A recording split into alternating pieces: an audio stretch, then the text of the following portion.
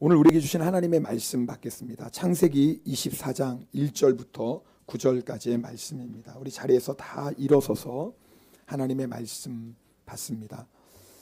제가 봉독합니다. 아브라함이 나이가 많아 늙었고 여호와께서 그에게 범사의 복을 주셨더라. 아브라함이 자기 집 모든 소유를 맡은 늙은 종에게 이르되 청하건대 내 허벅지 밑에 내 손을 넣으라. 내가 너에게 하늘의 하나님 땅의 하나님이신 여호와를 가리켜 맹세하게 하노니 너는 내가 거주하는 이 지방 가나안 족속의 딸 중에서 내 아들을 위하여 아내를 택하지 말고 내 고향 내 족속에게로 가서 내 아들 이삭을 위하여 아내를 택하라. 종이 이르되 여자가 나를 따라오리 이 땅으로 오려고 하지 아니하거든 내가 주인의 아들을 주인이 나오신 땅으로 인도하여 돌아가리이까. 아브라함이 그에게 이르되 내 아들을 그리로 데리고 돌아가지 아니하도록 하라. 하늘의 하나님 여호와께서 나를 내 아버지의 집과 내 고향 땅에서 떠나게 하시고 내게 말씀하시며 내게 맹세하여 이르시기를 이 땅을 내 씨에게 주리라 하셨으니 그가 그 사자를 너보다 앞서 보내실지라. 내가 거기서 내 아들을 위하여 아내를 택할지니라. 만일 여자가 너를 따라오려고 하지 아니하면 나의 이 맹세가 너와 상관이 없나니 오직 내 아들을 데리고 그리로 가지 말지니라. 그 종이 이에 그의 주인 아브라함의 허벅지 아래에 손을 넣고 이 일에 대하여 그에게 맹세하였더라. 아멘. 하나님의 말씀입니다. 자리에 앉겠습니다.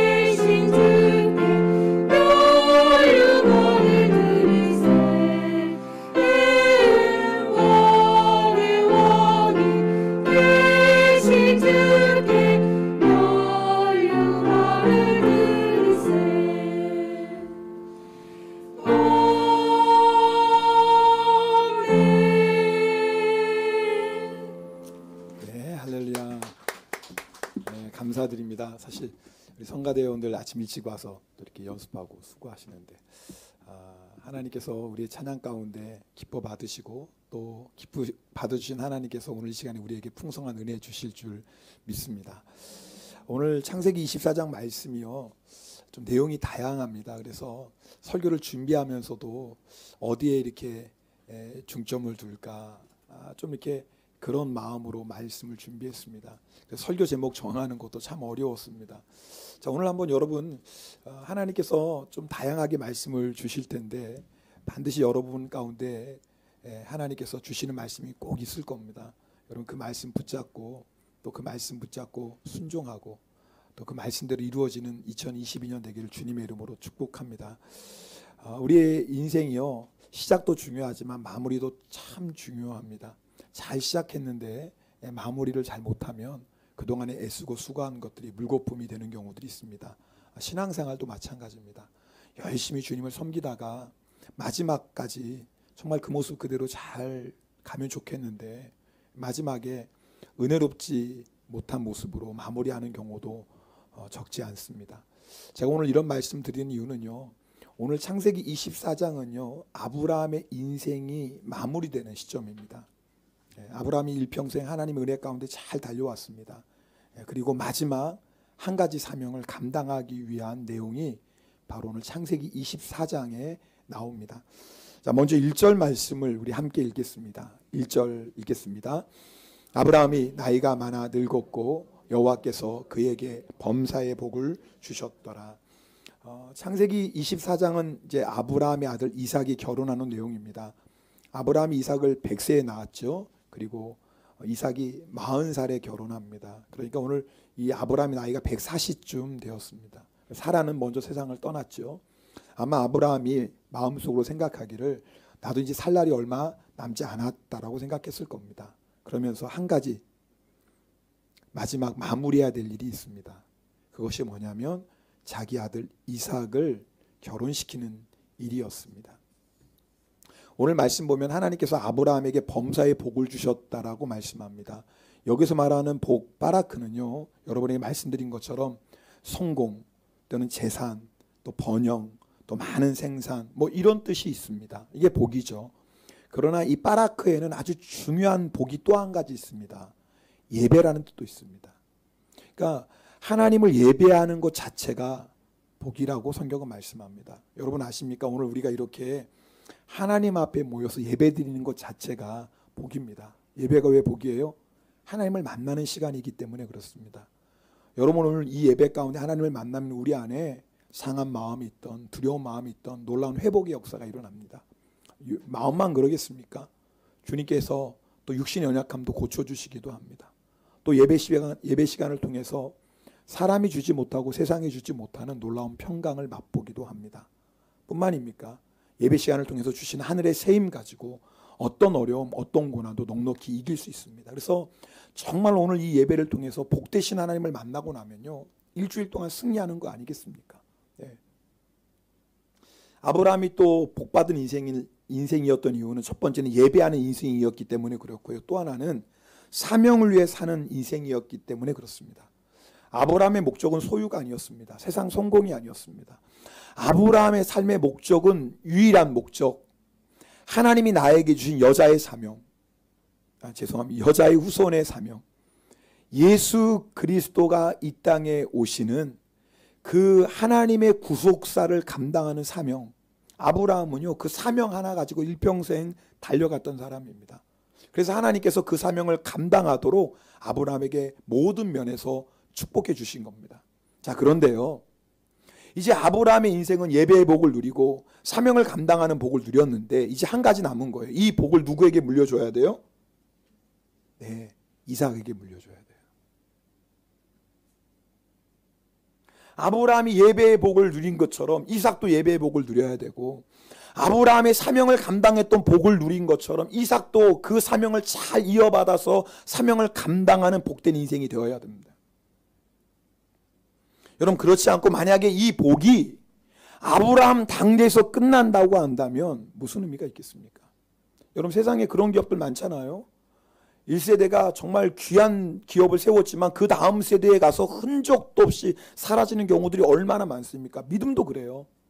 우리 당대로 끝나는 믿음이면 안 됩니다. 내가 아무리 예수를 잘 믿고 섬겨도 우리 자녀 때가 그 예배의 복을, 그 사명의 복을 이어가지 못한다면 어떻게 그 복이 완성된 복이라고 말할 수 있겠습니까?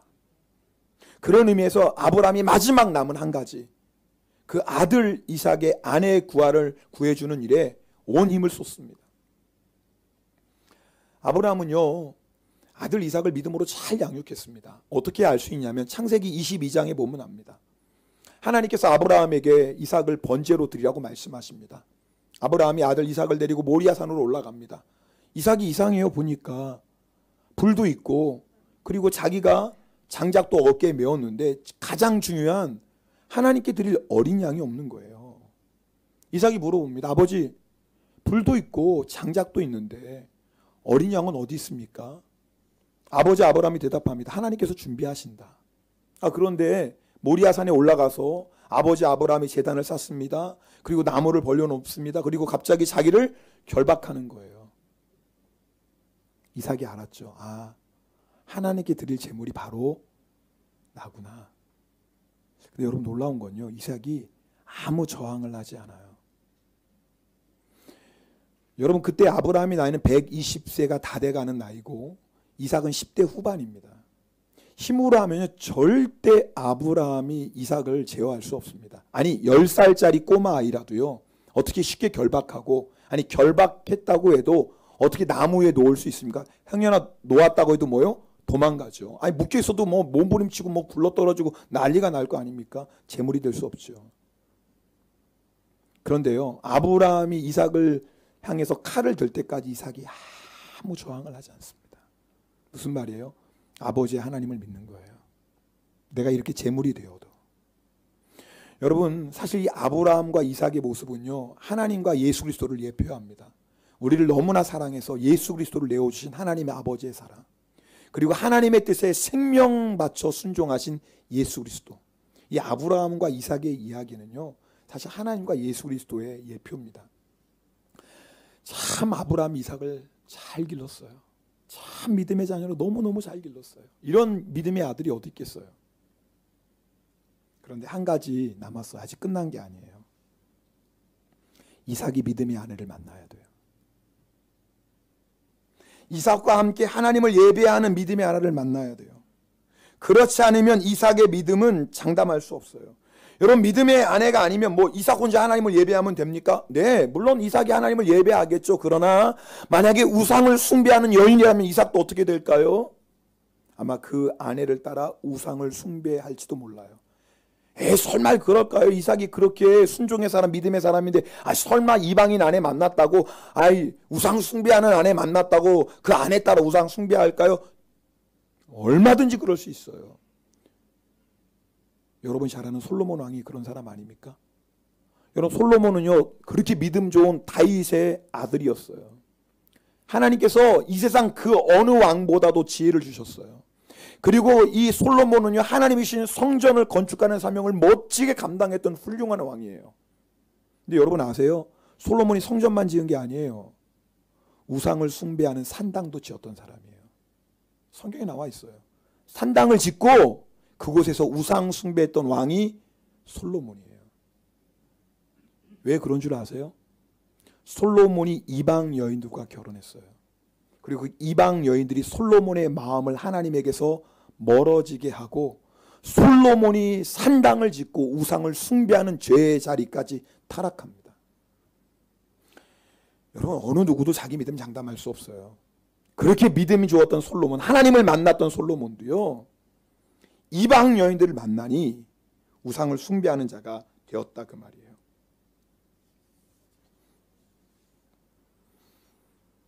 하물며 우리겠습니까? 하물며 우리 자녀겠습니까? 그래서 아브라함이요, 이삭에게 믿음의 아내를 구해주는 데 마지막 혼신을 다하는 거예요. 이삭과 함께 하나님을 예배하는 복을 이어받을 수 있도록, 하나님이 주신 사명을 감당할 수 있도록, 믿음의 아내를 맞이할 수 있도록 지금 준비하는 거예요. 여러분 이 아브라함의 모습을 통해서 부모인 우리가요, 본받아야 돼요. 여러분 우리 자녀들 하나님을 예배하는 자로 양육해야 됩니다. 사실요, 제가요 이렇게 나이를 먹으면서 우리 자녀들을 기르면서 자녀에 대한 말씀 전하는 게 얼마나 부담인지 몰라요. 나는 제대로 하고 있을까? 자꾸 이런 마음 드니까 사실 이렇게 자녀에 대한 말씀 전하는 게 정말 쉽지가 않습니다. 정말 여러분에게 그대로 고백하는. 그래도 하나님의 말씀이니까 전해야 되죠. 여러분, 우리 자녀 하나님 예배하는 자녀로 양육해야 됩니다. 최고의 복, 바라크, 하나님을 예배하는 복을 누리는 자녀들로 양육해야 됩니다. 어떤 일이 있어도 예배를 타협하지 않는 자녀들로 양육해야 돼요. 몰라요, 지금까지 우리 아이들에게 예배 시간 무조건 지키라고 막 강요했어요. 아이들이 부모랑 같이 사니까 예배를 드리죠. 오늘도 예배 드리고. 과연 우리 아이들이 성인이 되어서 이제 부모를 떠나갈 때가 오지 않겠습니까? 과연 예배에 생명 거는 자녀들로 살아갈까? 이게 늘 마음 한편에 걱정인 거예요. 여러분, 우리가 자녀들 사명자로 양육해야 돼요. 우리의 사명이 뭐예요? 예수 그리스도예요. 주님을 위해 사는 거예요. 어떤 직업을 가지던 어느 곳에 살던 우리의 사명은 예수 그리스도예요.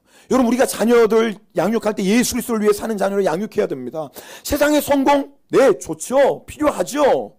그러나 중요한 건 그것이 우리 인생의 목적이 아니잖아요. 여러분, 자녀를 가르칠 때 예수 그리스도를 위해 사는 자녀로 가르쳐야지 세상의 성공이 먼저 그것이 마치 중요한 것처럼, 야, 예수님 위해 사는 건, 예배 드리는 건 나중에 네가 좋은 학교 들어가고 좋은 직장 들어가고 세상에서 성공한 다음에 얼마든지 예배 드릴 수 있고 얼마든지 주일 할 수 있어. 모든 일에 때가 있잖아. 때가 지금 너 공부할 때야, 지금 회사 생활 잘할 때야. 그래서 성공한 다음에 그 다음에 신앙생활 잘하지. 여러분, 이게 얼마나 무서운 일인지 아세요? 그게 지금 뭘 말하는 줄 아세요? 예수 그리스도보다 세상의 성공이 중요하다고 가르치는 거예요. 죄송합니다, 이런 표현. 자식 지옥 백성 만드는 거예요. 아니, 예수보다 세상이 좋은 자녀가 세상 따라가지 않겠습니까? 아니, 예수님 섬기는 것보다 세상의 성공이 중요하다고 가르치면 그 자녀가 결정적인 순간에 예수 따라가요? 세상 따라가죠? 넓은 길 가죠? 여러분, 우리가요, 정말 우리 자녀들, 우리의 사명인 예수 그리스도를 위해 사는 자녀로 양육해야 돼요. 그리고 또 한 가지, 믿음의 배우자와 결혼하도록 가르쳐야 돼요. 여러분, 이거 너무너무나 중요합니다. 여러분, 이 정도의 이삭이라면 된 거 아니에요? 이렇게 믿음이 있는 이삭이라면 여러분 누구랑 결혼해도 될 것 같지 않아요? 근데 아브라함은 정확히 알았다고요. 믿음의 아내를 만나지 않으면 어떻게 될지, 이삭이. 종종 이런 말 하시는 분들 있습니다. 믿지 않는 사람과 결혼해서 예수 믿게 하면 되지. 그것도 의미 있지 않느냐? 물론 우리 주변에 그런 분들 계세요. 그런데 대부분 그런 분들은 여러분 결혼한 다음에 예수 믿은 분들이 대부분이에요. 그렇지 않습니까? 결혼한 다음에 예수 믿고, 예수 믿은 다음에 뭐예요? 이 구원의 은혜를 남편에게, 아내에게 전하고, 그래서 여러분 예수 믿게 하고, 그런 경우지. 처음부터 예수 잘 믿는데 믿지 않는 배우자가 결혼한 게 아니라고 그러면 경우가 달라요. 지금 무슨 말씀인지 아시겠습니까?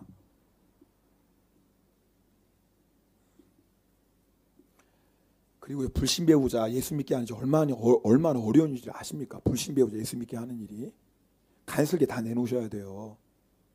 그리고요, 희생하셔야 돼요. 그러지 않으면 배우자 주님 앞으로 인도 못하면, 그래도 여자분들은 어떻게 해서든지 불신 남편 교회로 데리고 와요. 참 여자분들이 대단해요. 참 진짜. 왜요? 남자는 여자를 못 이기거든요. 하나님이 아담은 흙으로 만드셨죠. 하와는 뭐로 만드셨어요?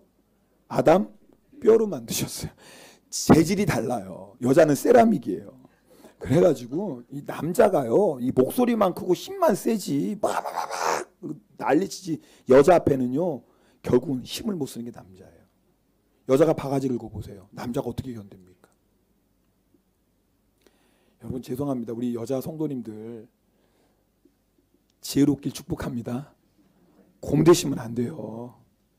여우 되세요. 지금 무슨 말씀인지 아시죠? 그걸 왜 싸워가지고 남편을 교회 데리고 오려면 그렇게 어리석어요. 그러면 안 돼요. 눈탱이 밤탱이 돼요. 절대 그러면 안 되는 거예요. 여우처럼 하셔야 돼요. 여우처럼. 이 무슨 말씀인지 아시죠? 오해하지 마세요. 지혜로워. 왜? 남자는 절대 여자를 못 이긴다니까요. 그냥 당신이 최고야, 난 당신 없이 못 살아, 그러면 남자들 교회 다 따라와요. 침 흘리면서 아내가 좋다는데. 근데요, 여자는 그게 안 돼요. 남자가 여자를 그렇게 해서 교회를 못 데리고 오는 게 어려워요.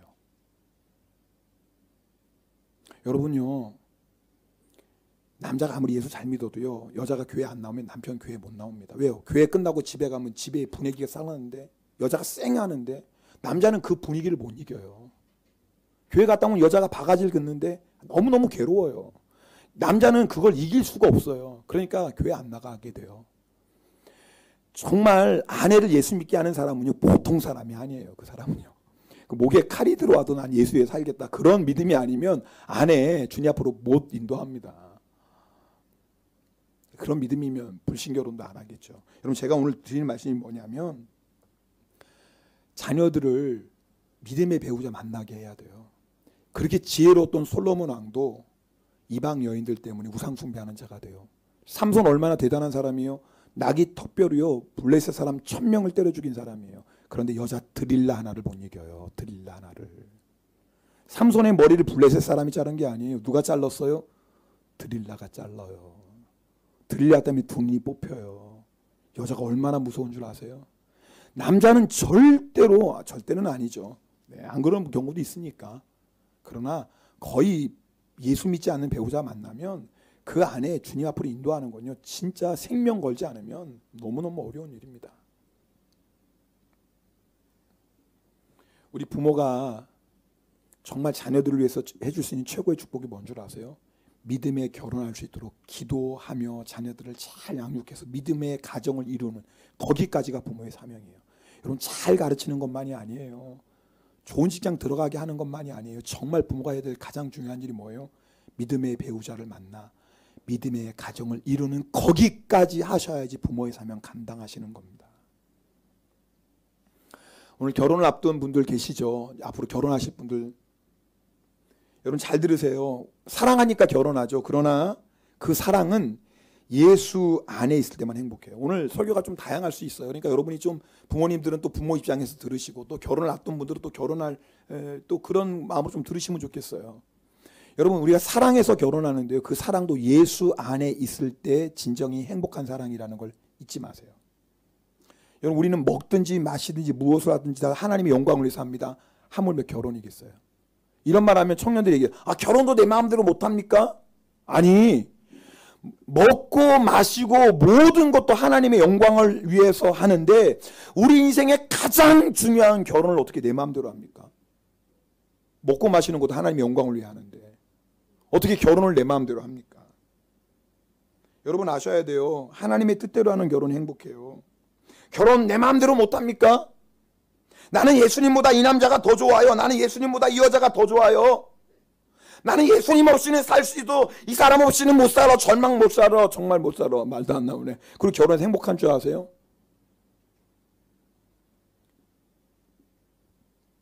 물론 예수님 없이도 행복하게 사는 부부가 있죠. 예수님 안 믿어도 행복하게 사는 가정이 있을 수 있어요. 그러나 여러분 아셔야 돼요. 천국과 지옥이 없으면 그럴 수 있어요. 근데 천국도 없고 지옥도 없다면 뭐 그럴 수 있어요. 어차피 이 세상 살고 끝나는 인생인데. 그러나요, 마지막이 아름답지 않으면 아름답지 않다니까요. 마지막이 구원으로 끝나지 않는 인생은요, 마지막이 구원으로 끝나지 않는 부부는요, 마지막이 구원으로 완성되지 않는 가정은 절대 행복할 수가 없어요. 자, 제가 예를 하나 들어볼게요. 한번 들어보세요. 노아의 방주. 하나님의 말씀에 순종해서 노아의 가족이 120년 동안 방주를 짓습니다. 얼마나 세상 사람들이 조롱했겠어요. 노아가 방주 지면서 하나님 말씀을, 하나님의 심판을 선포하거든요. 사람은 심판의 얘기를 제일 싫어합니다. 얼마나 핍박했겠어요. 그러니까 노아의 가족들이 120년 동안 사람의 조롱과 핍박을 받으며 방주를 짓습니다. 이런 상상을 한번 해봐. 이런 상상입니다. 노아의 아내가 어땠을까? 하나님 잘 믿는 남편 만나가지고 괜히 하나님 그냥 순종하는 남편 만나가, 이게 무슨 고생이야, 무슨 고생이야 도대체. 남편 하나 잘못 만나가 혹시 이랬을지도 모르. 이거 제 상상입니다. 그러나 아들 중에는 그런 아들이 있었을 것 같아요. 누구요? 함. 아시죠? 함. 셈, 함, 야벳 세 아들 중에 함. 결국 저주를 받은 아들 있잖아요. 함. 아마 함은 그랬을 것 같아요. 도대체 다른 사람들이 이렇게 좋은 세상인데 먹고 마시고 즐기는, 홍수 나기 전에 세상이니까 얼마나 살기 좋았겠어요. 홍수 나기 세상이니 얼마나 좋았겠어요. 살기 이렇게 먹고 마시고 즐길 것이 많은 세상인데 도대체 나는 왜 이렇게 부모 잘못 만나가지고 이렇게 조롱받고 멸시천대 받으며. 여러분, 노아의 자녀들이 얼마나 이짐에 당했겠어요, 요즘 말로 하면. 그렇지요. 야, 니네 아버지 미쳤다.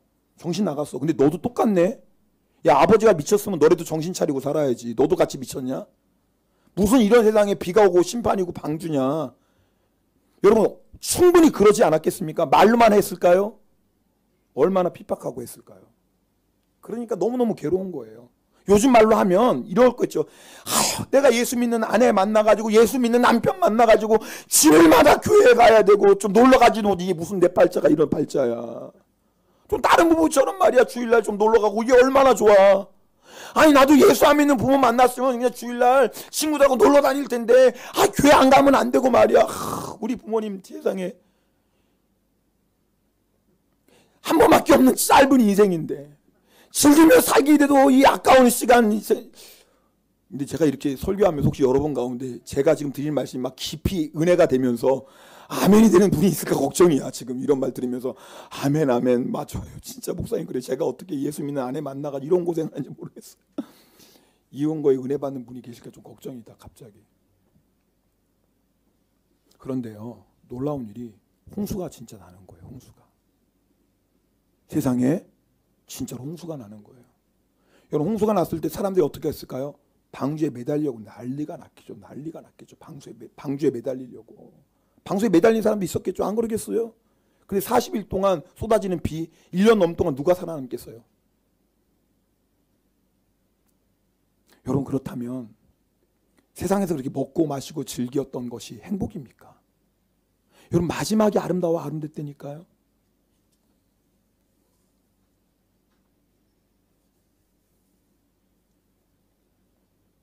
여러분, 난 당신 사랑해서 당신과 함께하면 지옥도 가겠어. 속지 마세요. 무슨 지옥 안 가봤으니까 지옥이 얼마나 무서우니까 그런 말 하지. 진짜 한번 지옥 가볼래요? 사랑하면 지옥도 가요? 진짜 사랑이 뭔 줄 아세요? 같이 천국 가는 게 진짜 사랑이에요.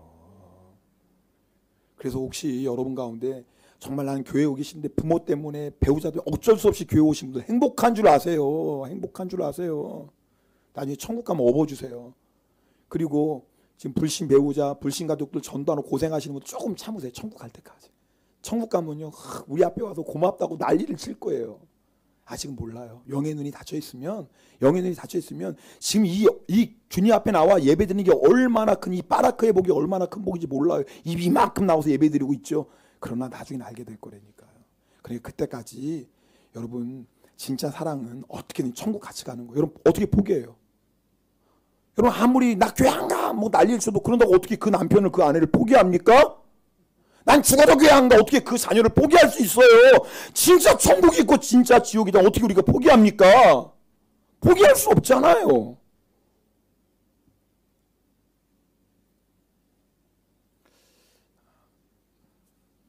아멘이죠? 좀 제가 너무 현실하고 너무 떨어진 설교를 하고 있나요 지금? 뭐 근데 어떻게 해요? 뭐 하나님 말씀이니까 전해야죠. 여러분이 뭐 이해가 안 돼도 뭐 동감이 안 돼도 그렇습니다. 하여튼 이 하나님 말씀이니까요. 자, 우리 3절 4절 말씀 함께 읽겠습니다. 3절 4절입니다. 같이 읽습니다. 내가 너에게 하늘의 하나님 땅의 하나님이신 여호와를 가리켜 맹세하게 하노니 너는 내가 거주하는 이 지방 가나안 족속의 딸 중에서 내 아들을 위하여 아내를 택하지 말고 내 고향 내 족속에게로 가서 내 아들 이삭을 위하여 아내를 택하라. 여기서 말하는 내 고향 내 족속 하란을 말합니다. 아브라함 갈대 우르에서 태어났지만 거기서 아버지와 함께 어디로 데라와 함께 하란에서 정착해 살았어요. 아브라함 형제들이 다 어디에 있어요? 하란에 살고 있습니다. 자, 오늘 말씀 잘 들어보세요. 먼저 자녀들을 이제 결혼시켜야 될 부모가 있다면 오늘 말씀을 잘 들어보세요. 아브라함이 배우 이삭의 아내를 택하는 두 가지 기준이 나와요. 이 두 가지. 그러니까 우리 부모들은 뭐예요? 만약 우리 자녀들을 출가시키지 않았으면 이 두 가지 기준의 배우자를 만날 수 있도록 기도하셔야 되겠죠. 자, 여러분 가운데 이제 결혼하실 분들이 계시다면 이 두 가지 배우자의 조건 성경이 말해요. 자, 그러면 이미 여러분 중에 결혼도 했고 자녀들 다 시집장가 보냈고 그럼 오늘 성경은 나랑 상관없네. 이제부터 자자. 그러시면 안 돼요. 왜요? 우리는 다 예수 그리스도의 신부예요. 우리는 예수님의 신부입니다. 여러분 예수님이 이 땅에 오실 때 신랑으로 오십니다. 아시죠? 그리고 우리는 예수님 뭐로 맞아요? 신부로서 예수님을 맞아요. 근데 예수님께서 원하시는 신부의 모습이 두 가지예요. 그러니까 내가 나이가 80이든 90이든 상관없어요. 내가 여자 남자 상관없어요. 우린 다 예수님의 신부라고요. 그러니까 예수님의 신부된 우리는 예수님이 원하시는 신부의 조건이 두 가지예요. 이걸 잘 오늘 듣고 주님 내가 이런 신부가 되게 해주세요. 그러니까 이 말씀이 좀 여러 가지 각도로 적용이 되겠죠. 한번 들어보십시오. 첫 번째는 순결이에요. 아브라함이 절대 가나안 딸은 안 된다는, 가나안의 딸은 안 된다. 왜냐하면 아브라함이 가나안에 살잖아요. 가나안의 딸들이 어떤 여자들인가 알거든요. 성적으로 너무 타락했어요. 성적으로. 그래가지고 가나안 딸은 안 돼. 그래서 너는 내 고향, 내 친척 거기 가서 내 형제 가운데 이세가 아내를 찾아라. 여러분 오늘 이 말씀 우리에게 적용하면 어떻게 적용할 수 있을까요? 사실 우리가 예수 믿기 전에는 다 추하고 더러운 죄인 아니었습니까? 무슨 순결이에요. 예수 믿기 전에 우린 죄로 더러워진 영혼들이었어요. 그런데 놀라운 건 이런 죄인인 우리를 예수님이 너무너무 사랑하셨어요. 그런 우리를 순결하고는 전혀 거리가 상관이 없는 그런 우리를 주님이 너무너무 사랑하셔서 십자가의 보혈 피 우리를 정결하게 씻어주시고 할렐루야 우리를 주의 신부 삼으셨어요. 고린도후서 5장 17절 말씀을 함께 읽겠습니다. 고린도후서 5장 17절 같이 읽습니다. 그런즉 누구든지 그리스도 안에 있으면 새로운 피조물이라. 이전 것은 지나갔으니 보라 새 것이 되었도다. 할렐루야. 누구든지예요. 과거에 그 어떤 삶을 살았어도 아무리 추하고 부끄럽고 더러운 삶을 살았어도 주님 너 상관없다. 내 안에 있으면 너희는 다 새로워져. 예수의 보혈 피를 깨끗하게 씻어주셨다 그 말이에요. 아니 간음 현장에서 붙잡힌 여인도 주님이 나도 너를 정죄하지 않겠다 그러는데 주의 보혈이 깨끗하게 못할 사람이 어디 있겠습니까? 그래서 그리스도 예수 안에 있으면 새로운 피조물, 이제 새롭게 되었어요. 무슨 말이에요? 순결한 자가 되었어요. 주님이 과거를 묻지 않으세요. 어떤 과거 사람 중요하지 않아요. 이제 내가 너를 사랑했고 내가 너를 위해 보혈피를 흘렸고 보혈피로 너를 정결하게 했고 너는 이제 나의 순결한 아내야 라고 선포하시는 거예요. 할렐루야. 우리 순결한 아내 되었습니다. 그럼 이제 어떻게 해야 돼요? 예수님만 사랑해야죠. 이게 바로 순결이에요. 여러분 우리가 순결한 신부 되는 건 바로 예수님만 사랑하는 사람이 되는 거예요. 여러분 예수님이 찾으시는 신부는 똑똑한 신부 아닙니다. 예수님이 지혜세요. 미련하면 지혜를 주시는 거예요. 예수님이 원하시는 신부, 능력 있는 신부 아니에요. 예수님 그분이 능력이세요. 무능하면 능력을 주세요. 예수님이 원하시는 신부, 강한 신부 아니에요. 예수님 그분이 강함이세요. 약하면 강하게 하셔서 주님이 쓰세요. 주님이 찾으시는 돈 많은 사람 아니에요. 모든 것 다 주님 거예요. 없으면 채워서라도 쓰시는 분이 주님이십니다. 주님이 찾는 신부는 딱 하나예요. 순결한 신부. 순결한 신부. 예수 그리스도만 사랑하는 신부. 미련하면 지혜를 주시면 되는 것이고 능력이 없으면 능력을 주시면 되는 것이고 약하면 강하게 하시면 되시고 없으면 채워주시면 되시고 그러나 마음이 주님께 없고 세상에 가 있는 사람은 주님이 이건 어쩔 수가 없는 거예요. 여러분 아세요? 주님 마음은 어쩔 수 없어요. 사랑은요 강요가 아니에요. 사랑은요 강제가 아니에요. 사랑은요 내 마음에서 스스로 우러나와서 드리는 것 그것이 바로 사랑이에요. 주님 우리의 마음을 원하십니다. 여러분 주님이 우리의 마음을 원해요. 그 마음은 어떤 마음이에요? 순결한 마음. 우리 연약해요. 넘어질 때도 있어요. 참 부끄러워요. 그럼에도 불구하고 주님 나는 오직 그리스도 예수만을 사랑합니다. 나는 오직 예수님 한 분만을 사랑합니다. 주님 바로 그 순결한 신부를 찾으십니다. 여러분 우리 순결한 신부 돼야 돼요. 아니 이미 우리 순결해요. 예수의 보혈피로 순결해졌어요. 그렇다면 그 순결을 지키셔야죠. 결혼을 앞둔 분들 먼저 예수님의 순결한 신부 되셔야 되고요. 동시에 결혼할 배우자를 위해서 순결을 지키셔야 돼요. 세상 풍조 따라 살지 마세요. 제가 순결을 얘기하면 외계인처럼 취급해요. 순결 같은 게 요즘 세상에 어디 있어요. 성경 그렇게 말씀하지 않아요. 저는 하나님의 말씀을 전하는 거예요. 만약에 내가 순결하지 않다면 예수 앞에서 회개하시고 이제부터는 순결한 삶을 사셔야 돼요. 왜요? 그리스도 예수 안에서 새로운 피조물이 되었으니 이전 것은 지나갔고 이제부터가 중요하니 이제부터는 순결한 신부가 되셔야 된다 그 말이에요. 두 번째 주님이 찾으시는 신부 누굴까요? 믿음의 사람이에요. 여러분 이삭의 아내가 되려면 믿음이 없이는 이삭의 아내가 될 수 없어요. 왜냐하면 여러분 잘 보세요. 이 가나안 땅에서 하란까지 700km가 넘어요. 700km. 뭐 지금이야 아무것도 아니지만 그 당시 700km를 이동한다는 건 돌아올 수 없는 길을 가는 거예요. 자, 여러분 생각해 보세요. 물론 아브라함의 가족이니까 아브라함이 누군지 알죠. 아브라함이 이삭 난 것도 소문 들었겠죠. 한 번도 본 적도 없어요. 그런데 뭐예요? 종의 말을 듣고 자기 친척과 아버지 집 떠나서 아브라함의 종을 따라가야 돼요. 여러분 이게 쉽겠습니까? 실제로 리브가는요, 여러분 그 고향 하나를 떠난 다음에 일평생 자기 부모 얼굴 한 번도 못 봤어요. 아시죠? 자기 형제자매 한 번도 못 봤어요. 그런 시대예요. 여러분 그러니 이 리브가가 이 아브라함의 종의 말을 듣고 자기의 부모, 형제자매, 자기가 자라난 고향을 떠나는 것이 쉬운 일이겠어요? 이게 어떻게 쉬운 일입니까?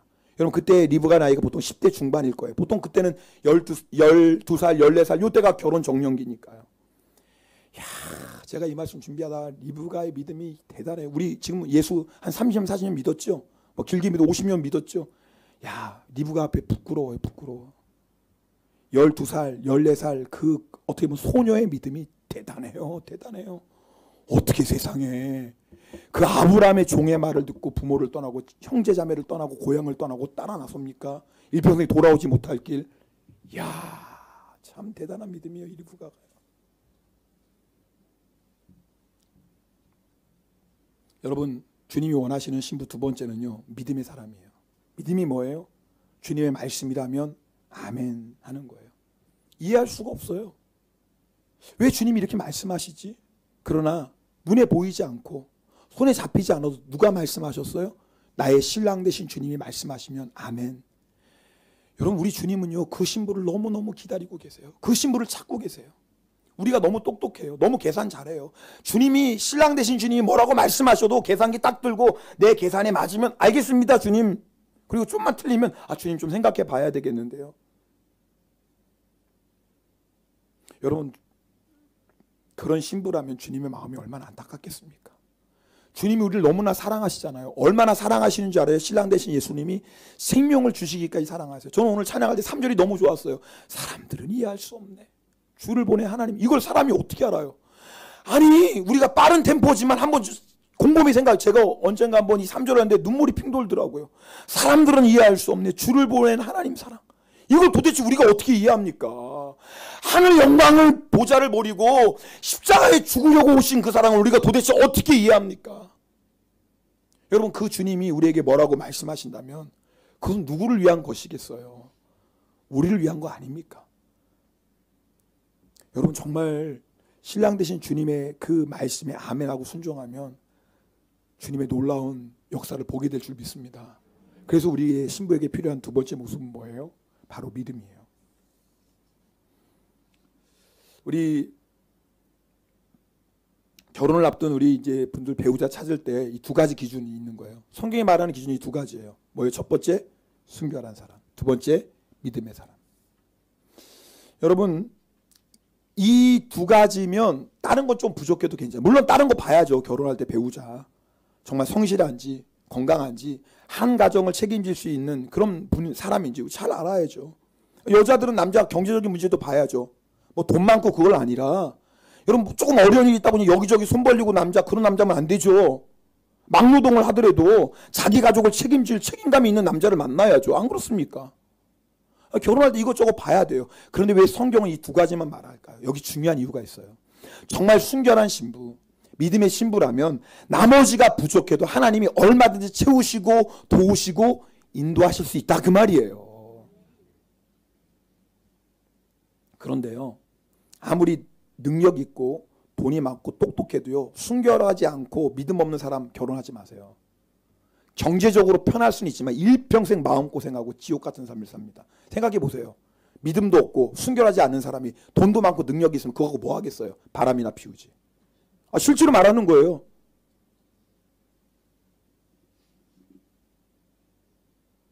여러분 정말 성경의 기준이 우리의 가정을 행복하게 합니다.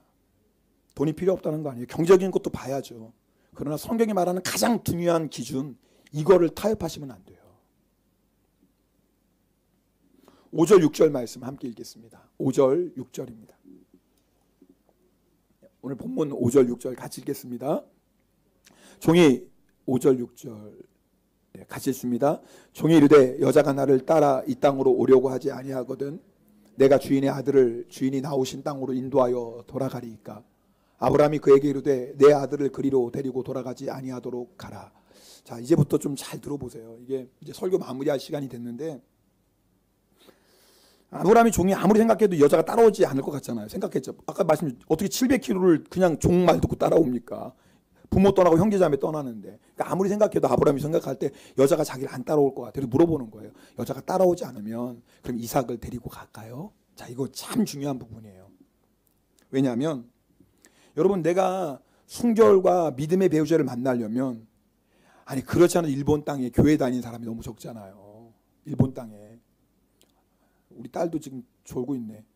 그런데 제가 딸에게 그랬어요. 너 예수 안 믿는 사람이랑 결혼하면 안 된다 그랬더니 하는 말이, 그럼 누구랑 결혼해요? 사람이 없는데.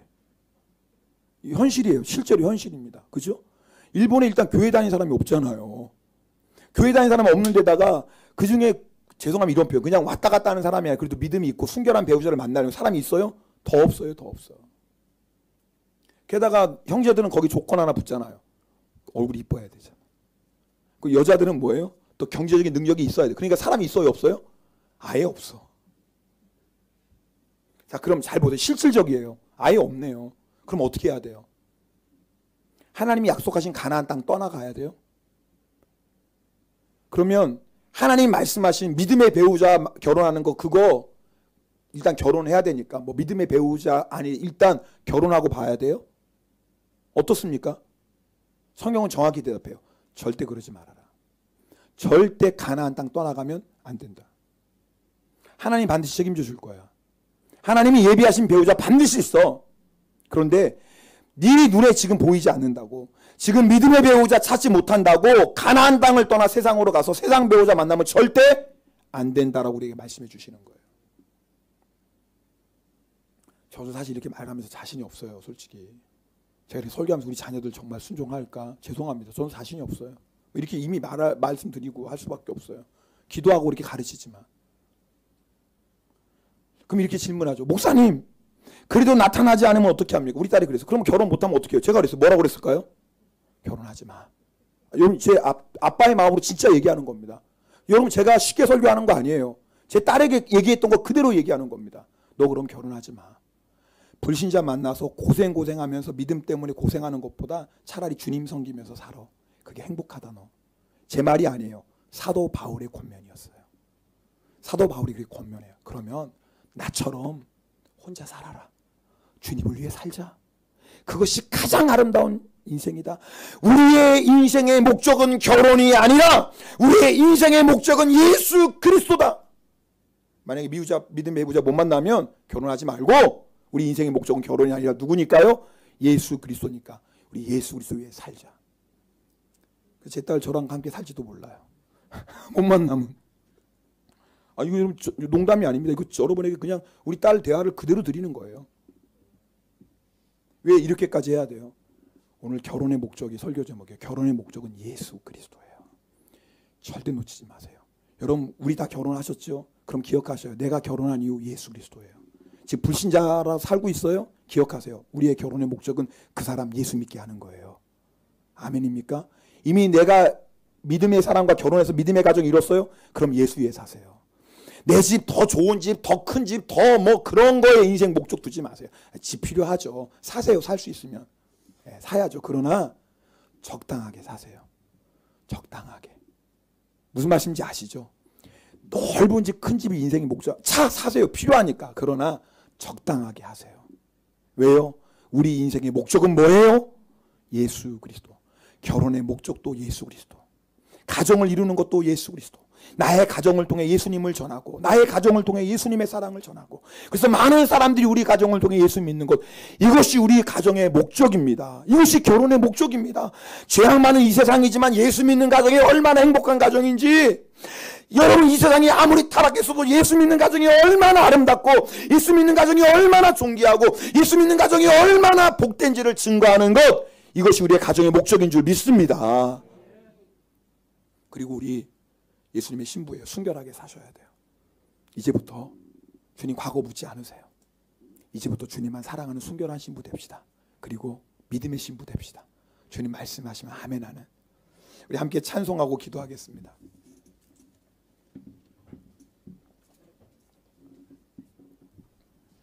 네, 우리 받은 말씀 기억하시고 또 이 찬양 가사를 기억하시면서 함께 결단하는 마음으로 찬송하시고 기도할 때는요, 먼저 어떻게 해요? 만약에 여러분 우리가 믿음의 부모라면 자녀를 위해서 좀 기도하시면 좋겠어요. 주님, 우리 자녀가 정말 예배하는 자녀 되게 해주세요. 바라크의 복을 누리는 자녀, 예수의 사명에 사는 자녀 되게 해주세요. 그리고 믿음의 배우자 꼭 만나서 믿음의 가정을 이루는, 그것이 내가 부모로서 감당해야 될 마지막 사명인데 우리 자녀들이 믿음의 가정을 이루게 할 수 있도록.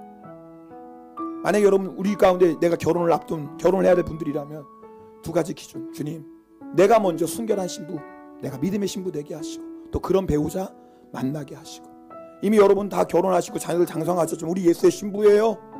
주님, 내가 순결한 신부 되게 하소서. 우리 함께 찬송하고 기도하겠습니다.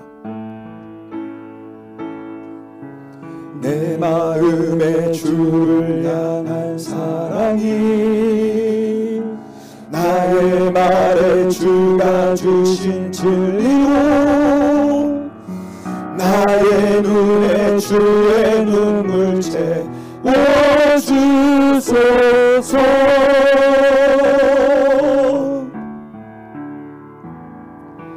내 입술에 찬양의 향기가 두 손에는 주를 닮은 성김이 나의 삶에 주의 흔적 나게 하소서.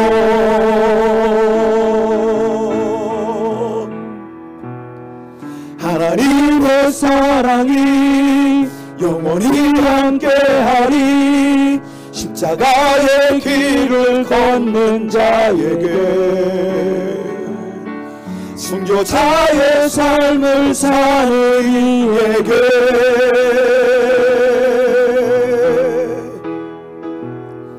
조롱하는 소리와 세상 유혹 속에도 주의 순결한 신부가 되리라. 내 생명 주님께 찬양합시다.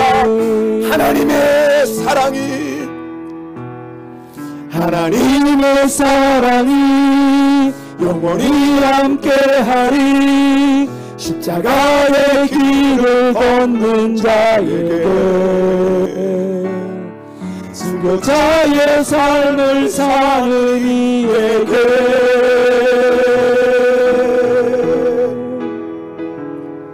조롱하는 소리와 세상 유혹 속에도 주의 순결한 신부가 되리라.